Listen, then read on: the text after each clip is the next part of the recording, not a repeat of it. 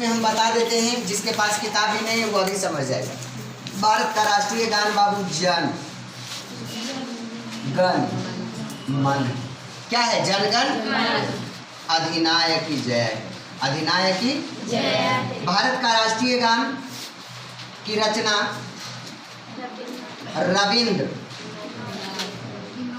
रविंद्रनाथ ठाकुर ने किया। भारत का राष्ट्रीय गान 2 पंक्ति में विभाजित है।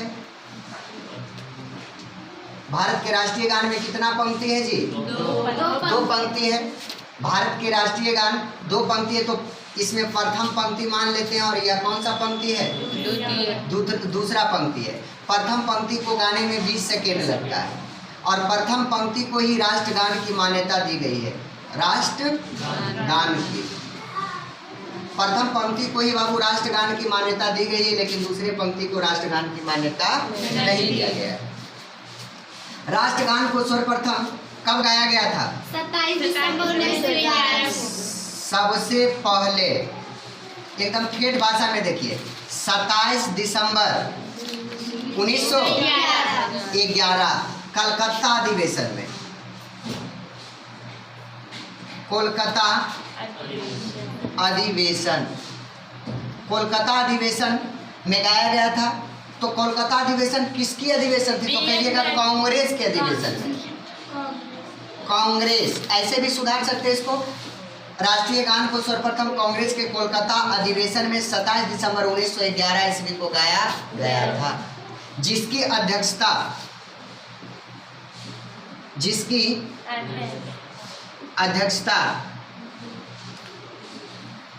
किसने किया था? हाँ जी, बी.एन. धर। किसने किया था? बी.एन. कोई दिक्कत है यहाँ तक? राष्ट्रीय गान का प्रकाशन सबसे पहले कब हुआ था? 1912 ईस्वी में। राष्ट्रीय गान का प्रकाशन सबसे पहले बाबू 1912 ईस्वी में हुआ था। एक पत्रिका आती थी, पत्रिका जिसका नाम है तत्वबोधिनी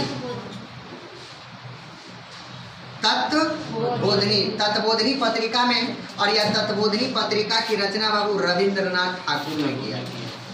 रविंद्रनाथ ठाकुर है ना। तत्वबोधिनी पत्रिका की रचना किसने किया था? रविंद्रनाथ ठाकुर। रविंद्रनाथ ठाकुर एक और काम किए थे, जानते हैं क्या? बंगाल के वीरपुर भूमि जिले में शांति निकेतन विश्वविद्यालय की स्थापना किया। शांति निकेतन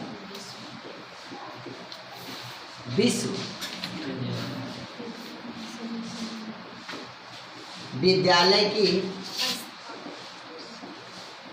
स्थापना किया।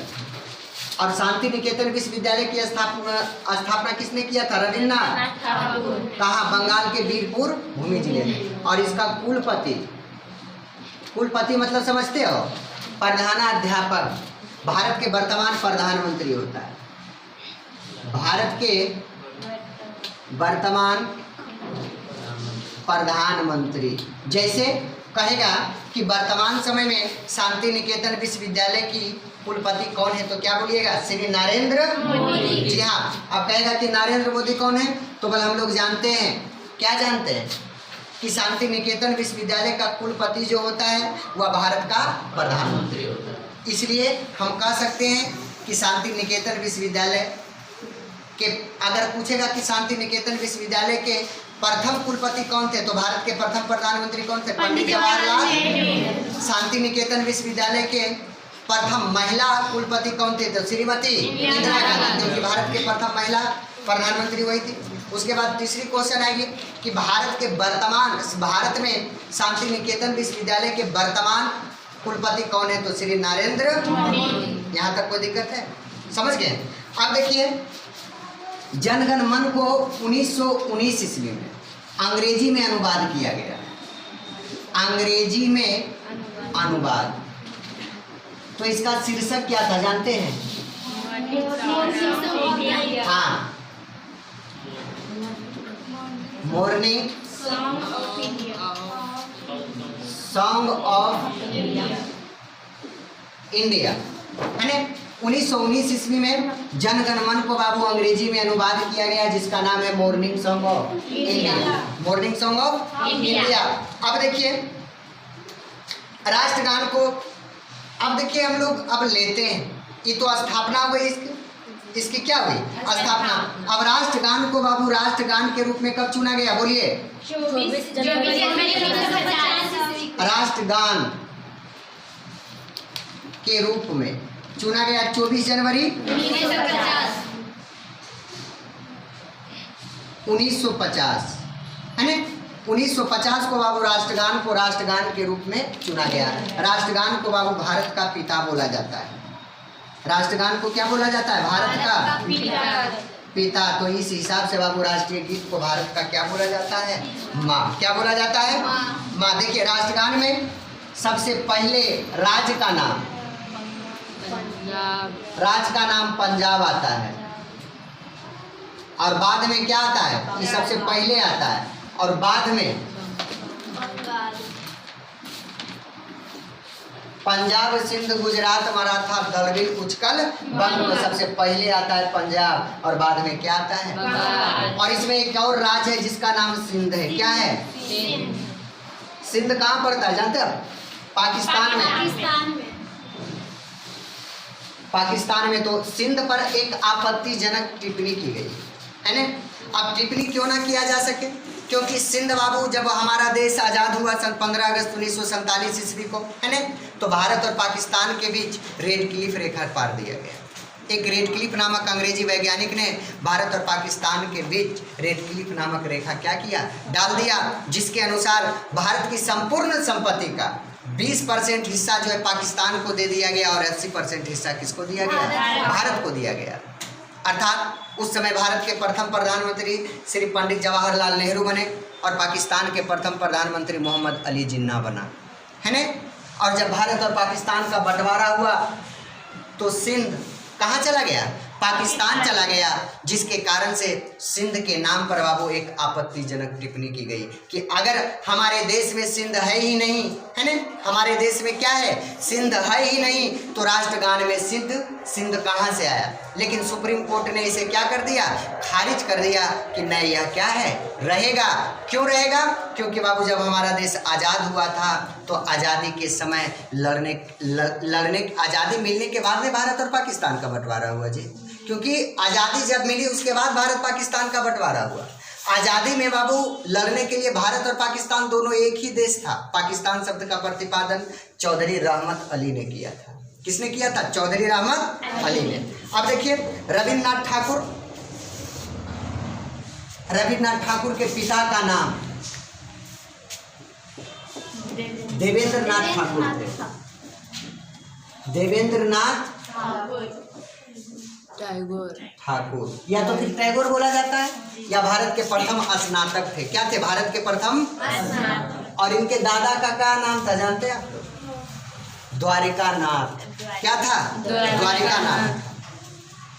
रविन्द्रनाथ ठाकुर के गुरु भी यही थे, रविन्द्रनाथ ठाकुर प्रथम भारतीय थे जिन्हें कौन सा पुरस्कार मिला बाबू, नोबेल पुरस्कार। कब मिला, 1913 ईस्वी में। किस क्षेत्र में, अगर क्षेत्र पूछेगा तो कहिएगा साहित्य, और किताब पूछेगा तो गीतांजलि। किस किताब को लिखने पर, गीतांजलि। किस क्षेत्र में मिला, तो साहित्य के क्षेत्र में। कब मिला, 1900। कौन सा पुरस्कार, नोबेल पुरस्कार। अर्थात नोबेल पुरस्कार प्राप्त करने वाले प्रथम भारतीय जो थे बाबू कौन थे, रविन्द्रनाथ ठाकुर थे। यहाँ तक कोई दिक्कत है, समझ में आ गया कि नहीं आया। तो यह है बाबू भारत का राष्ट्रीय गान, नेशनल सॉन्ग ऑफ इंडिया। फिर से आप लोग हम क्वेश्चन आंसर पूछते हैं, आप लोग मिला के बोल दीजिएगा, देखते हैं किसको किसको याद नहीं है, ठीक ना। देख लीजिएगा, भारत का राष्ट्रीय गान क्या है, भारत के राष्ट्रीय गान कितने पंक्ति में विभाजित है। भारत के राष्ट्रीय गान को गाने में बाबू एक क्वेश्चन छूट गया, गाने में टोटल 52 सेकेंड लगता है ना। प्रथम पंक्ति को गाने में कितना सेकेंड लगता है, राष्ट्रगान की मान्यता किस पंक्ति को दिया गया? सबसे पहले राष्ट्रगान को कब गाया गया था? किस अधिवेशन में? कांग्रेस के किसकी अध्यक्षता में? आप बोलिएगा राष्ट्रगान के रूप में कब लिया गया? राष्ट्रगान को भारत का क्या कहा जाता है? राष्ट्रगान का प्रकाशन सबसे पहले कब हुआ? किस पत्रिका में? तत्वबोधिनी किसकी पत्रिका है? रविन्द्रनाथ ठाकुर के पिता का क्या नाम था? और दादा का क्या नाम था? द्वारिका क्या था? द्वारिका नाथ। चलिए, बहुत अच्छा। अब बताइएगा, रविन्द्रनाथ ठाकुर शांति निकेतन विश्वविद्यालय की स्थापना कहाँ किया था? बंगाल के किस जिले में? वीरपुर भूमि जिले में। शांति निकेतन विश्वविद्यालय का कुलपति कौन होता है? तो आप लोग बताइएगा कि शांति निकेतन विश्वविद्यालय के प्रथम कुलपति कौन थे? पंडित जवाहरलाल। ये सब क्वेश्चन याद करिएगा तो ना। उसके बाद बोलिएगा, शांति निकेतन विश्वविद्यालय के प्रथम महिला कुलपति कौन थी? तीसरा क्वेश्चन बोलिएगा, शांति निकेतन विश्वविद्यालय के वर्तमान कुलपति कौन है? अब बताइएगा कि नोबेल पुरस्कार प्राप्त करने वाले भारत के प्रथम व्यक्ति कौन थे? कब मिला? किस क्षेत्र में? किस किताब को लिखने पर? कोई दिक्कत है? राष्ट्रगान में प्रथम राज्य का नाम कौन आता है? और दूसरा किस राज्य पर बाबू आपत्तिजनक टिप्पणियां की गई है? सिंध कहाँ पड़ता है? अब इसमें आपत्तिजनक टिप्पणियां क्यों किया गया है तो क्या बोलिएगा? क्योंकि सिंध भारत में नहीं पड़ता है। सिंध भारत में नहीं पड़ता। तो सिंध कहाँ पड़ता है? पाकिस्तान। जिसके कारण से आपत्तिजनक टिप्पणियां की गई है। कोई दिक्कत है? पाकिस्तान में एक राज्य है जिसका नाम सिंध है, या सिंधु नदी के तट पर। आप लोग सिंधु घाटी सभ्यता पढ़े थे ना, उसी में है। कोई दिक्कत है इसमें? कोई दिक्कत? समझने में कोई परेशानी है? इसको आप लोग देखते रहिएगा, याद हो जाएगा, ठीक ना? देखते रहिएगा, जितना बार देखिएगा उतना बेहतर रहेगा। आज जितने भी लोग जने तने हैं परिवार में, सबको कहिएगा एक बार देखने के लिए, सब्सक्राइब कर लेने के लिए। कोई दिक्कत है? करना क्या है? जय हिंद। कोई दिक्कत?